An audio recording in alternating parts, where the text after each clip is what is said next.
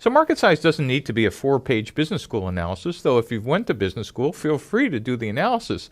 But it really is at first a back-of-the-envelope calculation. Is this business worth doing?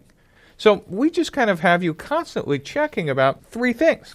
And let's take a look at the JerseySquare team and think about how they approach this. If you remember, we asked you to talk about the total available market or total addressable market, which really is a fancy word to say is how big is the universe of everybody potentially who could use the product. And in this case, they said, well, even in the United States, there are 150 Americans who watch the 5 major team sports in some capacity. Okay, well, can we sell to 150 million people? Not really, because the next thing we want to look at is what we call the served available market. How many can I reach with my sales channel? So let's see how the JerseySquare team looked at the served available market. They said in the New York metro area, there were 11 million people who watched the 5 major sports teams in some capacity. What they really should have done is said that, but then said how many of them have a web browser and how many of them will we actually be able to reach within some period of time and with some semblance of cash. And the next thing they were looking at was their target market. Who will be their most likely buyers?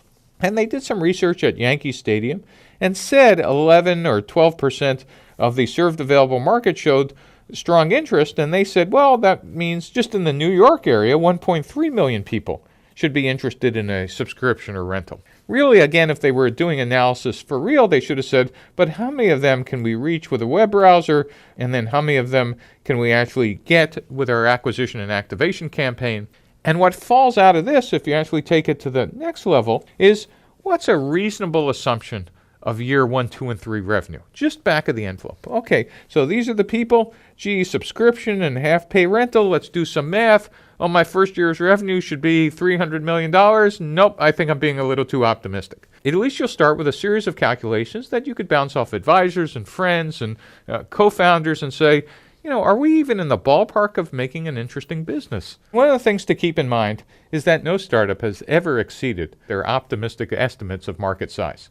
So if your numbers are coming in too low of potential customers, I wouldn't give up. I would just be going back and looking at the customer segments you're targeting and understand whether you want to build a business or have a hobby.